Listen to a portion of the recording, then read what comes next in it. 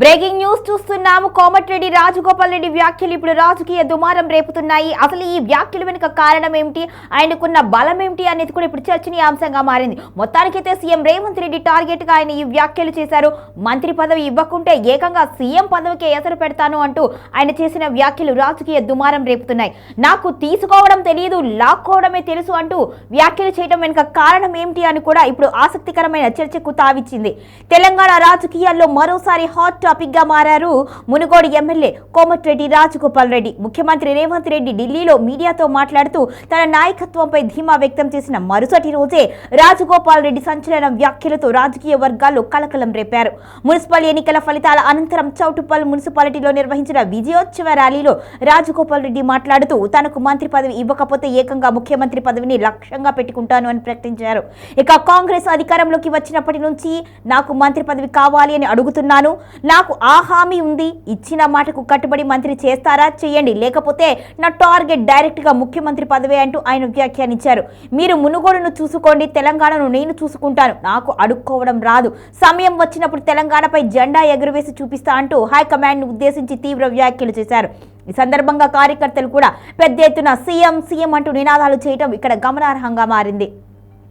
ఇక మునుగోడు నియోజకవర్గంలో 2 మున్సిపాలిటీలను క్లియర్ మెజారిటీతో గెలిపించుకున్న నేపథ్యంలో మంత్రి పదవి ఇవ్వాల్సిందే అన్న ఆవేశంతోనే రాజగోపాల్ రెడ్డి ఈ వ్యాఖ్యలు చేశారు అని ఆయన అనుచరులు చెబుతున్నారు. అయితే మున్సిపల్ ఎన్నికల్లో తన ప్రభావాన్ని చూపించినప్పటికీ కూడా మంత్రివర్గంలో చోటు దక్కకపోవడంపై ఆయన తీవ్ర అసంతృప్తిలో ఉన్నట్టుగా సమాచారం. ఈ వ్యాఖ్యలు అధికార కాంగ్రెస్ పార్టీలో తీవ్ర దుమారం రేపుతున్నాయి. సీఎం రేవంత్ రెడ్డి చేసిన వ్యాఖ్యల అనంతరం పార్టీ లోపలి అసంతృప్తులు బహిరంగంగా బయటకు వస్తున్నారు అన్న అభిప్రాయాలు వ్యక్తమవుతున్నాయి.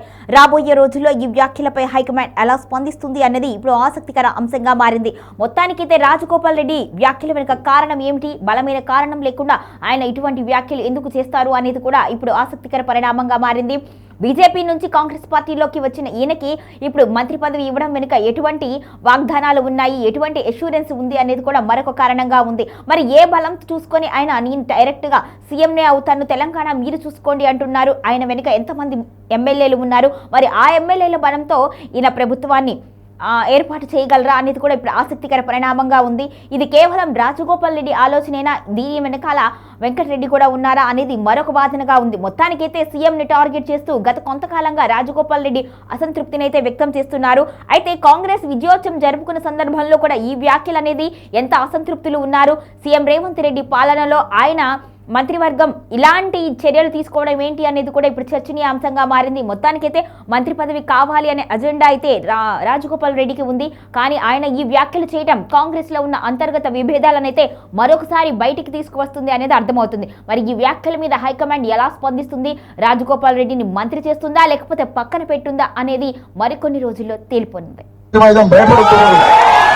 రాబోయే రోజుల్లో మీ ఆశీర్వాదంతో తప్పకుండా మనకు మంచి పదవి వస్తుంది. ఆ పదవి మీకోసం వస్తుంది, నా కోసం. నేను చెప్తున్నా, మంత్రి కాకపోతే డైరెక్ట్ గా ముఖ్యమంత్రి మైదాం భయపడుతున్నాడు. నేను చెప్తున్నా, చేస్తారా చేయండి మంత్రి, చేస్తారా చేయండి, ఇచ్చిన మాట కట్టుబడి మంత్రి. చేస్తారా, ఇచ్చిన మాట కట్టుబడి చెయ్యండి. ఇంకా వేచి చూస్తున్నా, పదవి గురించి మనం బాధపడలేదు. ఒకవేళ చెయ్యకపోతే డైరెక్ట్ మన టార్గెట్ అదే. ఇంకా మీరు ఏం చేయాలంటే మునుగోడు మీరు చూసుకోవాలి, తెలంగాణ నేను చూసుకుంటారా? మునుగోడు చూసుకుంటారా? తెలంగాణ నేను జెండా ఎగరేయాలా? సమయం వచ్చినప్పుడు అది కూడా టైం వస్తుంది. మీ అందరి అభిమానానికి, మీ ప్రేమకు, నా తమ్ముళ్ళు నా మీద చూపించే ప్రేమకు నిజంగా జన్మ జన్మలకు రుణపడి ఉంటా అని చెప్పి తెలియజేస్తూ సెలవు తీసుకున్నా. Thank you. జై కాంగ్రెస్. రాబోయే రోజుల్లో